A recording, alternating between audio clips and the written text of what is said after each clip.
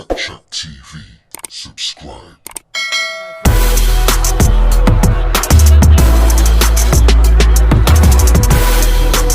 He has also talked about it.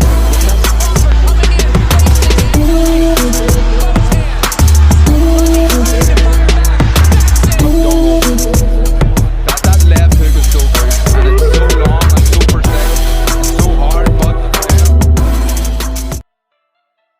Payday, payday, you want payday, I know that.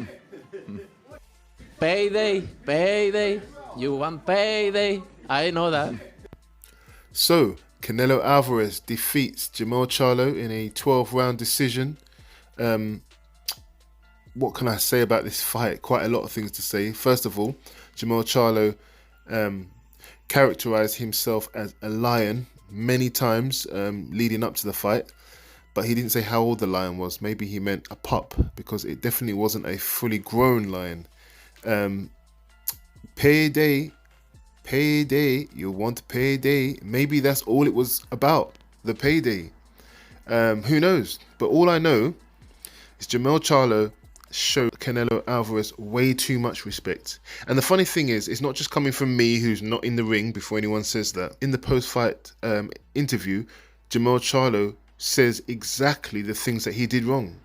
Exactly. He says he wasn't aggressive enough. He showed him too much respect. The plan was to actually go forward. He should have used his superior speed, foot speed and hand speed. I've seen Charlo fighting in a lot of fights before, previously, and he has very fast hand speed. I was really quite impressed when I saw his hand speed, and I was like, that's definitely going to give Canelo problems. And it did sometimes. When he would come forward and throw combinations and throw shots and follow up with shots, he looked good. He had a lot of success in one of the earlier rounds, and then he won the 12th round because he started throwing combinations. So why didn't he just do that from the beginning? Too much respect, too worried about what was coming back at him. That's what being a lion is, you know. Being a lion is letting your hands go. And it's very easy, I know, for us, you know, fans to say we're not in there with a hard puncher like Canelo. But if you look at somebody like Deontay Wilder, for example, this is why I like Deontay Wilder. You know exactly what you're going to get. He goes in the ring, every fight, he gives everything. He got brutally knocked out, Deontay Wilder, in the second fight against Tyson Fury, and he came back in the third fight and was still throwing right hands. He didn't look gun shy like Anthony Joshua after getting knocked out, and after he lost the third fight with Tyson Fury by a knockout, he still came back against Helenius, throwing right hands, knocking Helenius out in the first round. He gives everything in the ring, and that's a real lion mentality. The heart of a lion, which is what he said he was going to show, it was absent in the fight. You know, he didn't throw his hands enough.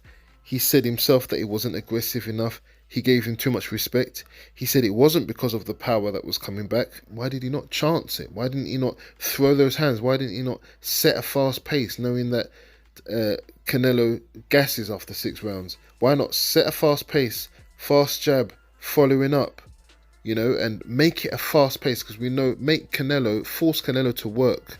I mean, I feel like it's so obvious, you know. We know what Canelo's weaknesses are and what his strengths are. We know that his stamina is not great, so he fights at a certain type of pace and he never quickens it up, or he always stays at the same kind of pace. He comes forward, cuts off the ring very well, comes forward with his hands up and looks to counter, looks to get in close, uses his head movement to stay safe while he's engaging and getting in close, and then lets his hands go. And he does the same kind of thing at his pace, and he keeps it consistent.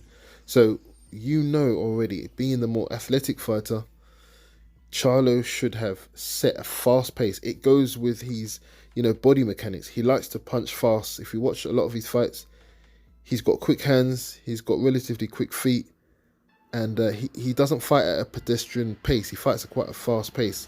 He should have set that pace from the beginning. You know, fast jab, controlling the range, punishing Canelo every time he overextends, tying him up. He did some good things in there. When Canelo would getting close. He tied him up a few times. That was great.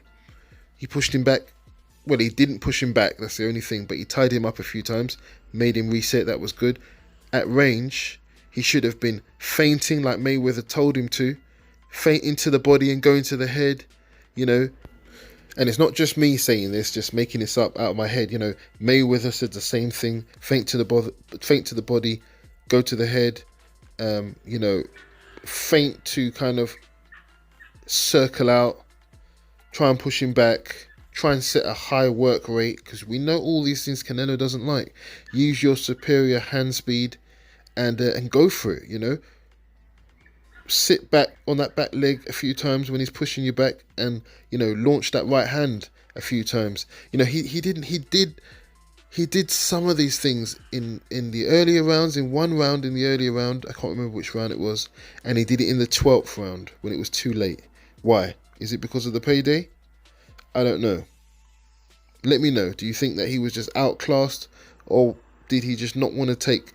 Was it like a risk versus reward? You know, why take punishment when you know you've already secured the payday? Because after, in the post-fight press conference, he seemed very happy.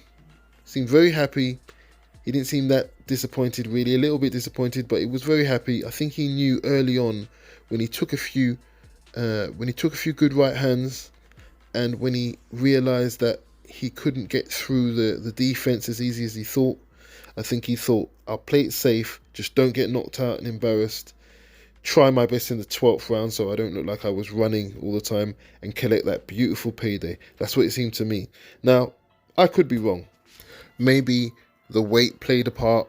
Charlo mentioned that he had his hand injury, which wasn't completely better, but he got in the ring anyway. He did feel a little bit slower, and he did feel his stamina more than he would normally, so the weight did play a part. And I do agree with that. You can't just fight one of the best fighters in the world in your first fight at a certain weight. It doesn't matter if you walk around at that weight.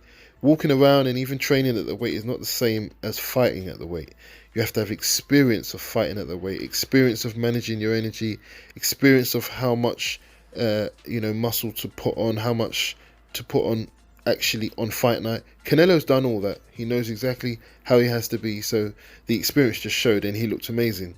I knew he would anyway, but Charlo looked a bit lethargic a little bit. His speed on his punches were much less, and he kind of started to run out of gas much quicker than he would normally run out of gas. You know, normally starts to slow down, and I don't think that was because of the punches. Well, it wasn't only because of Canelo's punches. I think the weight of the 168 pounds definitely played a part in it, as I feel that Charlo was actually taking the punches really well. He was rolling with a lot of the punches. He was deflecting a lot of the punches. He was circling out of the corners with his hands up. When he was on the inside, he stayed quite disciplined. Unlike Caleb Plant, a few times when he was on the inside, he would drop his hands. I don't know why. And, he did a lot of... Charlo, I know I'm being a bit hard on him. He actually did a lot of things right. The only thing was he didn't add any offense. And this is one of the things that, is his main weapon. He completely neglected his main weapon. How are you going to win a fight if you neglect your main weapon, which is offense, fast hands, knockout power? He never tried anything. He was being very safe. People say it's because of the power. Yes, I think there was a bit of that, but I just also think that having that payday waiting for you and feeling a few hard shots early on, it just doesn't make sense to put 100% in. And the best thing to do is try and stay safe and try and get through the rounds. And I think what it was with Charlo is he was looking for a mistake from Canelo. Instead of trying to create the opportunity, he was waiting for the opportunity to present itself without any risk. So, waiting for Canelo to make an obvious mistake that you can capitalize on without getting hit was never going to happen. Once you realize that it's not going to happen, you have to try and make those mistakes. You have to maybe feint a few times, feint as if you're going to the body but go to the head, and vice versa. On the outside, when you're on the outside, you should try and line him up for that right hand and maybe duck under afterwards, because it takes a time for Canelo to close the distance. But when he does close the distance, you can't do anything. Charlo wasn't able to be offensive when Canelo would close the distance, and he had to circle out. But from far away, when he had the distance on his side, he's got a longer reach. He should have used it. He used it a few times with kind of a pity patter jab, which didn't really do anything. But anytime he did put a bit of power into it and put combinations together, he was successful. So why not do it all the way through the fight? He only attempted to do it in the 12th round so that it could look as if he was trying, and I think he tried it a few times. But like I said, whenever he did try it in the fight to land fast combinations, it shook Canelo. It had some effect. He never followed up. He tried to stay too safe, moving around the ring. He got tired. It showed in his performance. And in the post-fight press conference, he looked happy that he got the payday. All I can really say is that, he got what he wanted, which was the payday. But I would have liked to see him really put some effort in there, and just go for it. Maybe he would have been knocked out if he did go for it. But, it's good. If you don't go for something, you're never going to know what you could have achieved. So, yeah, kind of a lackluster performance. It wasn't the worst performance. I am kind of over-dramatizing. I think it's because I wanted him to win. I like an underdog story. And I would have liked to see a better effort so that I could say, it was a close fight. He gave it everything. But I just can't say that. I can't say that he gave it everything. And that was disappointing. But Canelo looked amazing. He fought on his own terms, at his own pace. And I think a lot of people give Canelo kind of some unfair criticism because he's a lot better than he seems. When you watch him, it seems like he's got slow feet. He moves at the same pace, and he seems like someone who should be easy to defeat. But he does a lot of good things, which go, under the radar. He's controlling the pace. It's not just that he's slow. He's controlling the pace. He cuts off the ring very well. He's got a nice tight guard, good head movement. Behind that guard, he slips a lot of shots to land, jabs and counter right hooks, which he shouldn't be landing over someone who's got a longer reach. But the way that he kind of mitigates that range is often with his head movement, with his pressure, with his hands up, and countering. And he does the basics really well. He's got a style that he's cultivated that suits his body type. We know he's got slow feet, so he makes up for that slow feet with these different techniques. We know he's got fast hands. Faster hands than his feet at least. So he's just got a way of using his style and implementing his game plan. And like Floyd Mayweather used to say, the person who wins is the person who implements their game plan. Jermell Charlo fought at Canelo's pace. He should have set a higher work rate. Get him flustered, get him moving. This is something I like about Usyk. Usyk does a lot of things in the ring, a lot of movement, a lot of feints, throws a lot of shots. And even when he's not landing on you, he's making you work. He's making you react to punches, making you have to defend things. He's not just allowing you to be in your own game plan behind your defense, walking forward. When a lot of fighters, when fighters fight Usyk, you see them visibly getting tired, even if he hasn't hit them yet. He's making them work at his pace, getting them to react with feints, which is something Charlo should have done, which is something that he never did. He, like I said, Usyk is a fighter who I would have liked Charlo to implement some of those things, like I said, feinting, throwing hard shots when he had the advantage, when he was on the outside, controlling distance well. Charlo kind of won little parts of each round, but overall he always lost the round overall. He had little moments where he did really well but couldn't sustain it. Now, I don't know if that's because of the added weight, or like I said, he hadn't acclimatized to the weight, or he just didn't have enough dog in him to really try anything significant. And he says all these things that I'm saying. He says all these things himself. He didn't implement the game plan. He didn't go forward. He should have been more aggressive. He didn't give any reason for why he didn't. There isn't really much I can say apart from the fact that Canelo fought his fight at his pace. He's very good at what he does, and now he goes on to challenge someone else. Now, who's he going to challenge? Is it going to be Terence Crawford? I would love to see Terence Crawford come up, because if Terence Crawford could beat Canelo, he's the greatest, because he's coming up to £168. all the way from 140 pound where he started, and that would be amazing. Just seeing what Charlo couldn't do. If Terence Crawford could do that, I put him above Floyd Mayweather. That's the honest truth. And I think Terence Crawford would do way better than Jermall Charlo. Terence Crawford just has better skills in every department. Faster hand speed, way more athletic. He wouldn't get tired. He's got better punching power, and he's thinking in the ring. He doesn't back off. You know, he would catch a lot of Canelo's shots and fire right back instead of moving around the ring too much. You know, he uses a lot of his movement and things, you know, very strategic.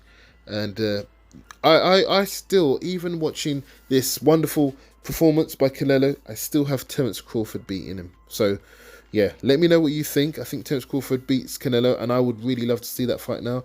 Disappointing about Jermall Charlo. I think I was probably a bit hard on him, to be honest.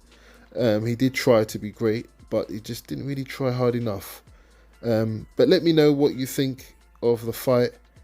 Who do you think beats Canelo now? And do you think Canelo is the face of boxing? I'm on to the next one. I said, guess who's back? Man, guess who's back? I said, guess who's back? I just want to take this opportunity to thank everyone who tuned into my channel today. If you enjoyed the video, please like, comment and share the video, and consider subscribing to my channel. Thank you.